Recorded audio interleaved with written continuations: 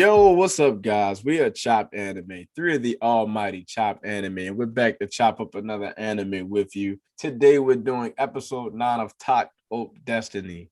We didn't do episode 8, and we must address that first because that episode was absolute fire. Man, we get the grand battle between Schindler and Takt, Hell and Destiny, and they clashed in that episode and they went at it, man. Takt got powers apparently. We didn't we didn't know that this man is a superhuman apparently. Destiny and Takt are like this dynamic duo that is actually a match for Schindler and Hell. That episode was really good, man. Destiny has emotions, shown that she is not just a musicart. She's basically Cosette. She's basically a human. These feelings that she has for Takt is so real. But what did you guys think? Yeah, the fight scene was great. So it was actually funny. So Takt was just like, man, screw all this music hard stuff. He went straight for Schindler. Like he just went straight at us. Like, I'm going for you. You are the problem kid. So Takt has some balls for that. This dude goes hard. Of course, that wasn't sustainable. So then Destiny had to take over, and then it was Destiny and Hell fighting. But yeah, Hell was definitely holding back, as we got hinted at later in the episode when she clearly said that, oh, I wasn't actually going to kill them. I was just messing around with them. So yeah, it was very, very interesting episode. I know we got a lot of questions that came up, especially from episode 8 and episode 9 too, about what's going on here. Lenny came in, Lenny and Titan, they were clutch, they were fighting. So it seems like Lenny always comes in at the most clutch moments, and it seems like he might come in again too at another clutch moment. There's a lot of death flags going on for Lenny, I thought at least. So hopefully he survives, because we know that stuff's gonna go down for sure after this episode. So one thing was interesting was that, so it seems that Heaven and Hell are both music carts of the Grand Maestro. So Hell was never Schindler's music cart, actually. She was just with him because she was saying that, oh, you're not a conductor in the first place. You were never a conductor. That's what she was saying. That's why, when he got like put away, they were like, okay, we're not dealing with you anymore. He got fired basically, which makes sense because Heaven and Hell should be a pair.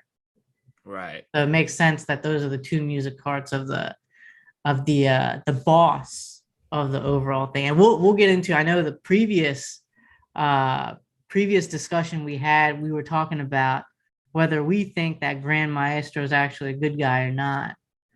And so I'm curious. I know Moy and I thought that he was kind of fishy. So we'll see if you still think he's a good guy.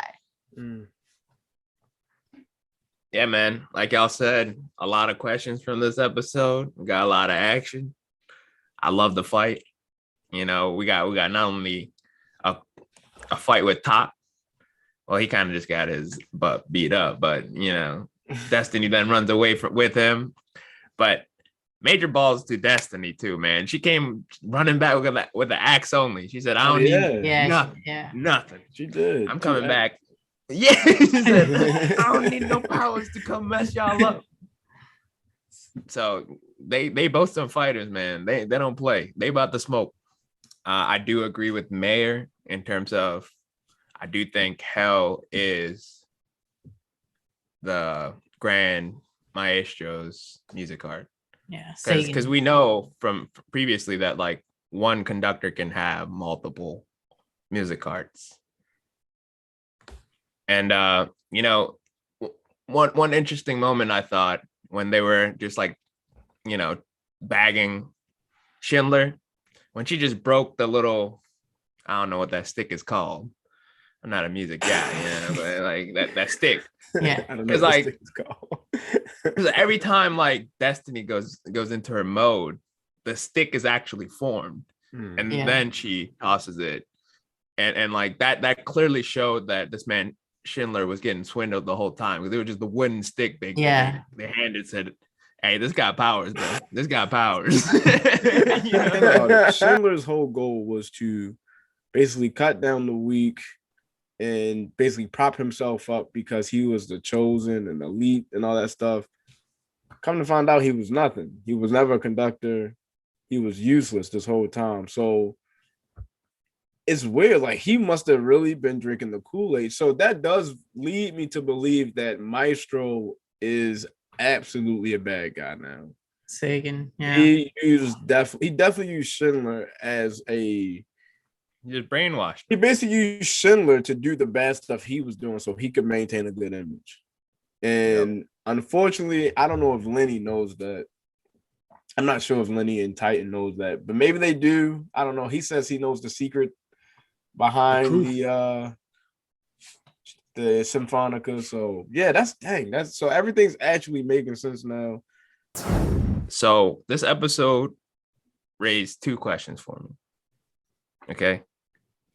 One, what happened to the Rooster's musicart? Did he have one? And do musicarts die once your conductor dies? Those are good questions. What y'all think? You know, it's interesting because Cosette, it seemed like that necklace, if we remember way back from like that second episode, that necklace the musicart spirit seemed to come from it. Where did she get that necklace from?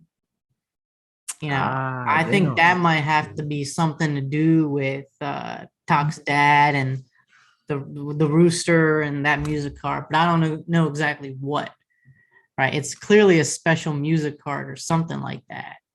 So, I don't know if the musicart will die with the conductor or anything like that. So, but there's also a few suspicious things that I thought were very weird. One was, so we found out before, Hell is the one that's able to summon the D2s. But if Hell was working for the Grandmaster Sagan the whole time, then like it was him that was summoning the D2s all along. Because she was never working for Schindler, or she was pretending like she was working for Schindler. It's kind of weird because like it seems like Heaven knew exactly what Hell was doing the whole time, and so did Sagan. So if Sagan knew what Schindler was doing the whole time, and he knew that he was summoning D2, he was using Hell to summon D2, there's something weird going on here. Okay. Right? It goes back to the thing that you guys were saying, like Sagan was just using Schindler to do the bad stuff. Right? That was very suspicious. The other thing that was very suspicious was at the end when Heaven picked up Hell at the end of the fight, you know, Lenny was like, what part of this is confidential? And she was just like, just the firing of Schindler. I think that was it. Or maybe it was the other way around. It's clear that they didn't think that the summoning of the D2s was a bad thing or something like that. There was something weird there. There was something that they wanted hidden and something not hidden. So, Mary, I think I could clear that up a little bit because sure. When Heaven picked up Hell, one of the comments that Lenny made was he was just like, "So is he only getting punished because he messed with Takt?" Mm-hmm. Yeah, that was it. Right. That was the only punishment. That was what was the weird part, yeah. and you know, it made me question like that means if Schindler would have never messed with Takt, he just run around and do whatever he wants to. So he wasn't punished for the D2s. He was right. That's what it was. Yeah. So Lenny been crunching numbers, bro. I wonder how Lenny knows all this stuff. You know, he been carrying the one over. Yeah. We still don't know who called him. Now I think that it wasn't Sagan that called him about that conflict. Yeah. He must have another insider or something. I don't know. Yeah, the show is doing some misdirection probably with that. Yeah. They did make you think that it was Sagan calling him about Schindler messing with Takt, and Lenny had to come to Takt's rescue. But it's clear now that it's possible that wasn't the case. So there may be some hidden characters that we just aren't introduced yet. But there's only 3 episodes left. So I guess they're gonna introduce us to somebody. As the What end. if Takt's dad not dead? I was just gonna say. It looks like we got some 2 chess players out here. You got that's the truth. You got Sagan and you got the Roosters, and they're out here using their pawns to do their bidding. So let me get this straight here. I got prediction in the next couple of episodes. I'm going to be proven right here. Because look, heaven and hell is a pair, right? Takt is no way he's fighting heaven and hell by himself. The Rooster is going to come back, and it's going to be father and son. Destiny and fate. Let's say fate. The Roosters is called fate. Let's say that. There we go. God, bro. I wasn't with the dad still being alive thing, but now that you mentioned fate, there could be a music named Fate. That's something they would do. Magic word. This scene was very suspicious too, right? Oh, when Heaven was talking to the sister, and the sister seems a little suspicious too, actually. She can't trust. Charlotte. So she knows something and she's not telling it. She's not saying it. And I'm trying to remember the scene. It almost seemed like Heaven was trying to get some information out of her and she wasn't saying it. Or like she was giving her a warning or something like that. Like, you don't want to overstep your boundaries or something like that. There's definitely something suspicious going on with Heaven and Charlotte, the sister. Random question. We don't have to include this in the video or not, the final edit. Is Charlotte actually disabled? Is this an act? I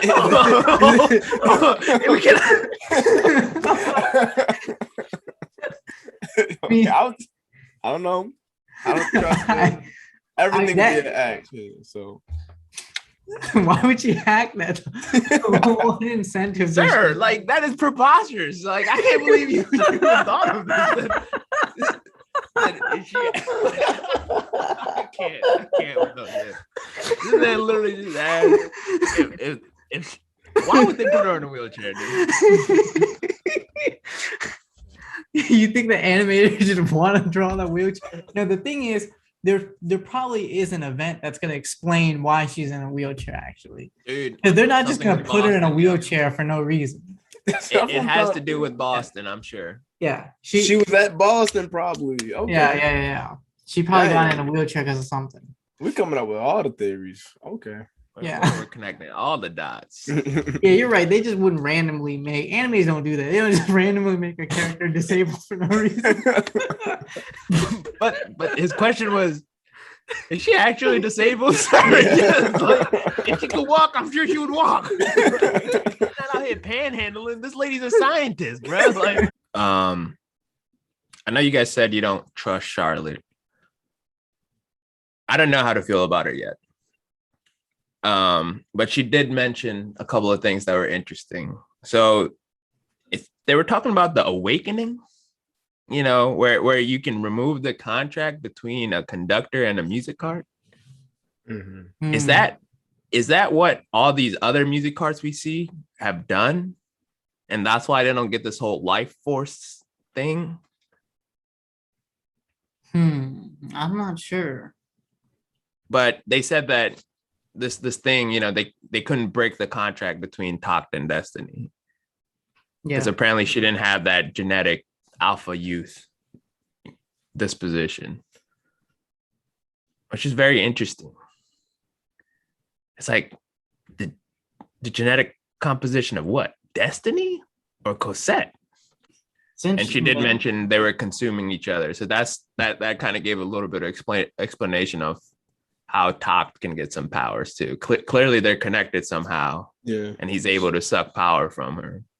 That's why his eyes probably turned the same color, because Lenny just got normal eyes, right? Like he don't got like Titan eyes. So there is some sort of it looks like they are the only people who have the situation where they are literally tied to each other. Like When he does the thing, his arm pops off, and then she's running around in her whole little get up there. Like no one else seems to be transforming to become the musicart Yeah. or to have their powers. So they definitely have a unique relationship compared to everyone else. It's just that I don't know if I buy the whole. I don't know if I believe anything Charlotte is saying. Like to an extent, I believe it, but I don't. I don't know. There's something that she's like Mayor said. There's something that she's not telling the whole story of. Like she told, I think she ended up telling Heaven something, but they didn't show it. But like, it's just not right, yo. So like, it's just off. Something's definitely like off. So when you guys say she's withholding some information, are you talking about to protect Top, No, or are you talking about to? I think to hurt Top. I don't trust her. I think she's bad. I don't think she's a good person. I don't think she cares about Takt, but she probably cares about Cosette, maybe. Because that's her sister. Yeah. So that's our review of episode 9 of Takt and Destiny. We really enjoyed 8 and 9, and this show has just really been a really good time for a fall anime. It's short, it's action-packed, it's a good story, and it's very unique. We'll be back next week, hopefully, to review episode 10 and all that has to bring to us. Chopped anime.